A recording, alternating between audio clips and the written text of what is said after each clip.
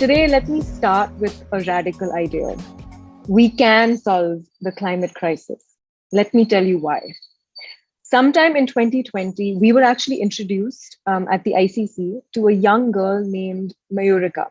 She works with an organization called Mahila Housing Trust, and it's a close partner of the India Climate Collaborative. And Mayurika lives in Rajiv Nagar, which is a slum in Ahmedabad. And if you know anything about Ahmedabad, you know that it's really, really hot. And slums, which are built with very poor ventilation, tarpaulin and corrugated metal sheets, are all the more vulnerable to heat. Mayurika understood that climate change will cause temperatures to climb even higher, and she knew how that would impact the women in her community who spend long hours in these shanties. So she started working with a nonprofit called Mahila Housing Trust about 7 years ago while she was still a teenager to build resilience in slum communities to climate impacts. And one of the interventions that she works on right now is called Cool Roofs, which actually uses materials like thermocol and reflective paint to reduce heat stress in these areas. And there are so many remarkable women and men, just like Mayurika, who are working to solve the climate crisis one localized challenge at a time. They are building resilience to climate shocks. They are providing clean, renewable energy to their communities. They are protecting and restoring natural ecosystems, and they are transitioning farms to regenerative agricultural practices. They are doing all of this work with limited resources, sometimes against seemingly insurmountable odds. And these leaders are important because they have a deep and proximate understanding of the problems that they are solving for. So illuminating, supporting, and connecting them can actually help us reach the scale we need to trigger large-scale shifts. But less than 2% of global giving actually supports environmental issues and climate change, and only 1/4 of that funding makes it to on-the-ground climate solutions. And so, of course, this makes the situation even more dire in countries like India. One of the most poignant sayings about climate change is that we may all be in the same storm, but we're not in the same boat. Climate change is a critical challenge in India. We are the fifth most vulnerable country in the world, and 75% of Indian districts are vulnerable to extreme climate events. It's a simple correlation that actually impacts over 700 million lives. But climate change is difficult to solve for because it's complex, it's a systems level problem. And to understand this better, we can actually walk in Mayurika's shoes for a moment. Her life is impacted by so many tangled issues that get exacerbated by climate change.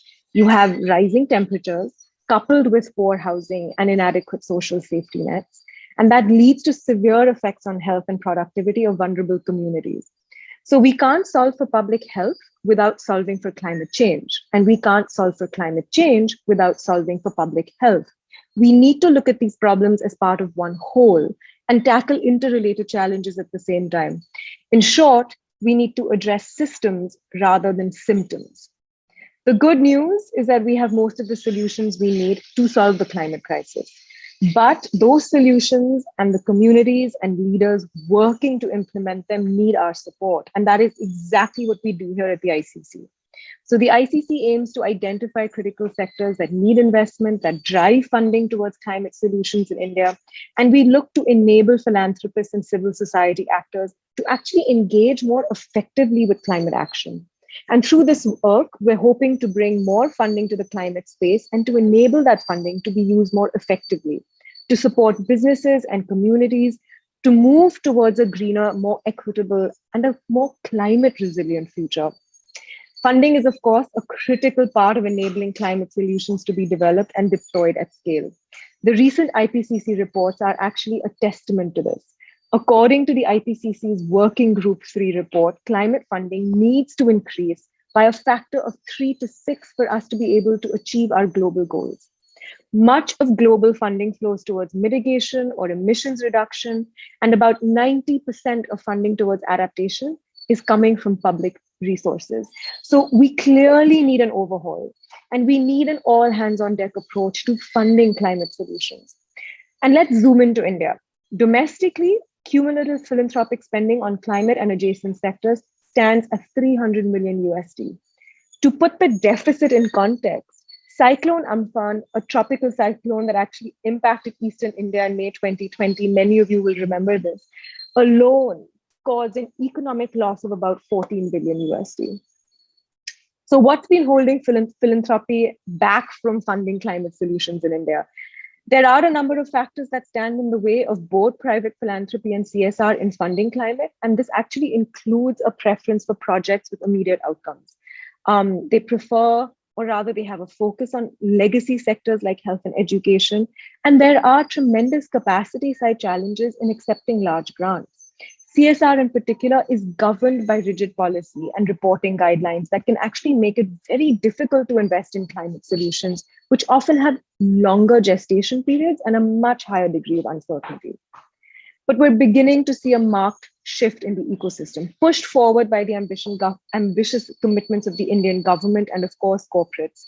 Aside from the central government's renewable energy targets, we've also seen several states pick up climate change as an area of focus. And many of India's large corporates have been making commitments to climate action as well.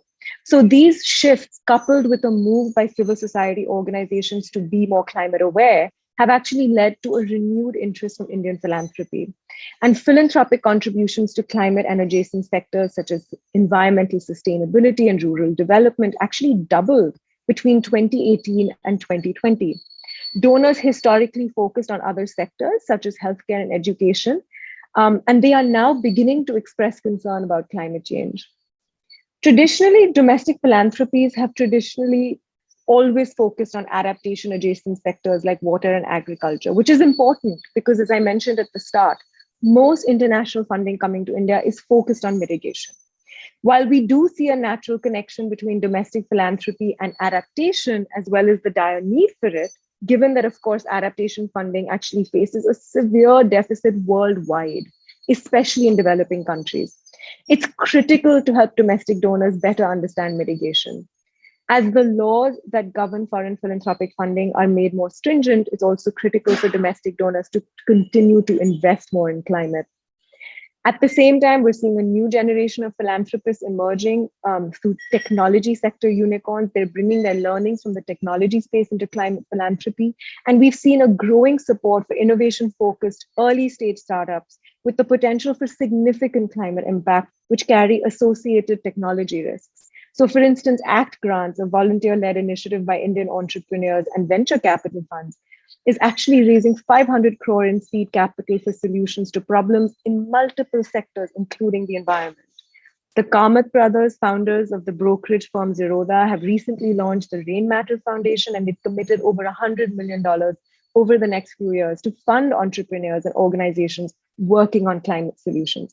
So this is a critical area for philanthropic support because it enables philanthropy to be catalytic.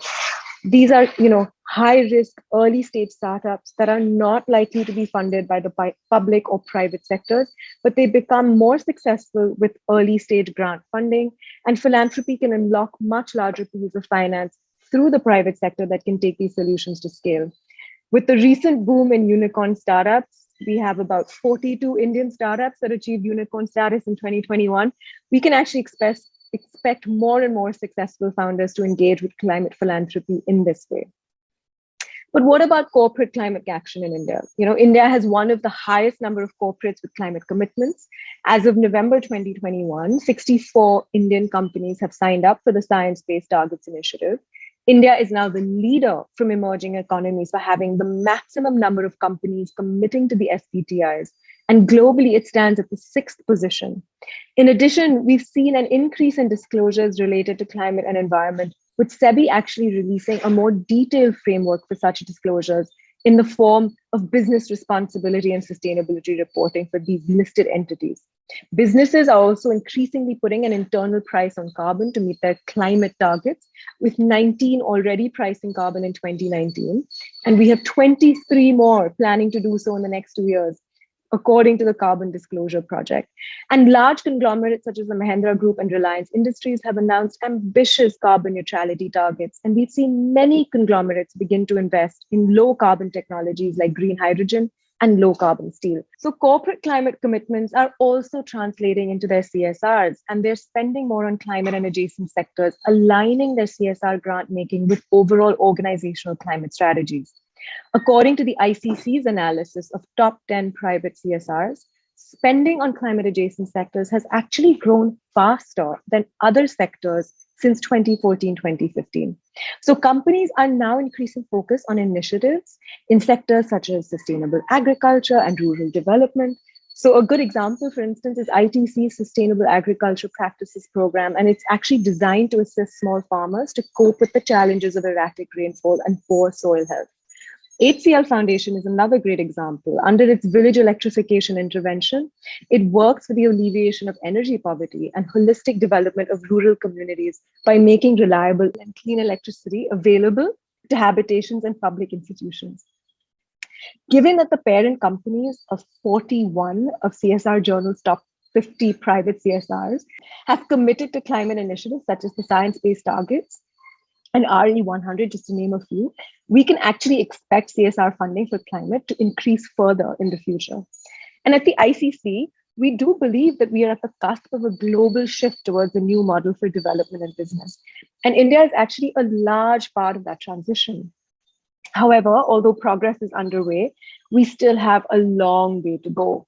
Conserving and expanding India's green cover in the form of self-sustaining, healthy ecosystems as versus monocultures or plantations is critical, not only to sequester carbon, but also to provide vital ecosystem services that we all depend on for our survival. Industries need to undergo shifts, not only technologically, but also in the ways that extract resources and manage waste. And again, as I said, we still have a long way to go in making our linear systems circular.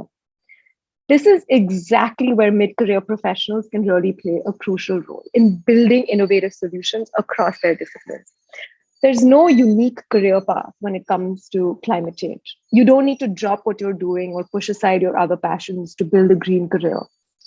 As society becomes more educated, consumer demands are changing. Businesses are reacting by creating new roles, focused on developing ESG-friendly practices and solutions in every function. And because climate is a systems or a systemic problem, it will take people with all kinds of skills and backgrounds to fight it. You're looking at writers, scientists, engineers, doctors, lawyers, community organizers, union leaders, teachers, elected officials, farmers, small business owners, chefs, designers, urban planners, architects, and more. It's a cacophonous crowd of people contributing their talents to the problem. In other words, the ideal career for addressing climate change may be the one you already have. So to conclude, I do want to answer a question that I often get asked.